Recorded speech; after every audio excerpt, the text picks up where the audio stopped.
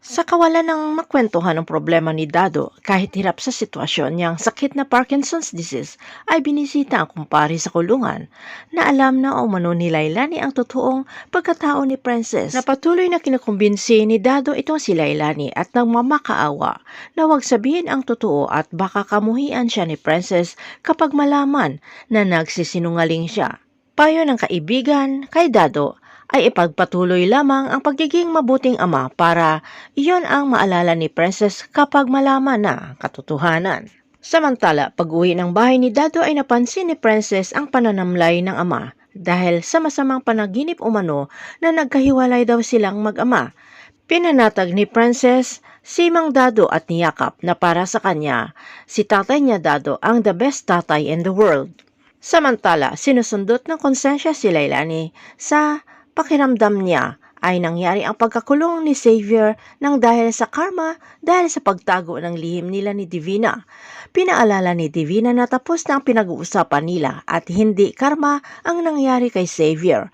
Pero biglang dumating si Libby at pinatago ni Divina itong si Lailani habang si Libby ay umiiyak at napayakap sa kay Divina at inilabas ang sama ng loob kay Xavier na lalo silang nagkakalayo.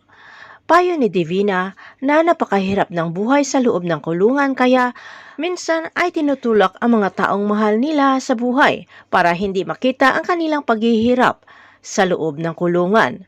Ayon kay Libby, si Princess ang dahilan sa paglalayo ni Xavier sa kanya. Pagkaalis ni Libby ay galit na lumabas si Lailani sa kanyang pinagtataguan na magkakilala na pala si Libby at Divina na nagnanay-nanayan pa ito sa kay Libby. Sinabi ni Lailani na ito pala si Divina ay balak magsabi ng lihim nila dito sa kay Libby. Pinanatag ni Divina si Lailani na huwag matakot at hindi sila mabubuking o makukulong ulit. Samantala si Xavier naman ay naikwento na naging sila ni Libby dahil ini-expect ng lahat dahil pareho silang popular sa school nila. Pero ayon kay Pusoy ay baka naman nahuhulog ang loob ni Xavier dito sa kay Princess. Bumisita naman si Libby dito sa kay Xavier at sinabi ni Xavier ang nilalaman ng puso na pinapatigil si Libby sa pagbisita sa kanya at nakikipag-break up. Pero hindi pumayag si Libby na si Princess umano ang dahilan ng pagbago ni Xavier.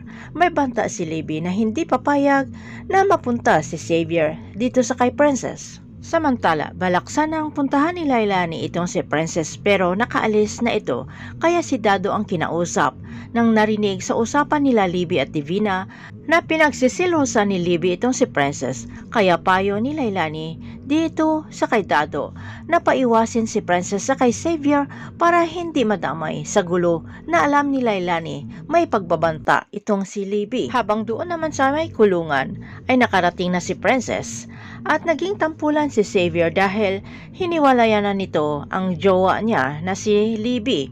Lalo nang dumating si Princess ay inanunsyo pa ni Pusoy na malayang malaya nang umibig si Xavier sa iba na ang tinutukoy ay walang iba kundi si Princess. Tama nga kaya ang hinala ni Lailani na may masamang gagawin itong si Libby sa kay Princess. Abangan na lang natin ang susunod na mga episode dito sa Prinsesa ng City Jail.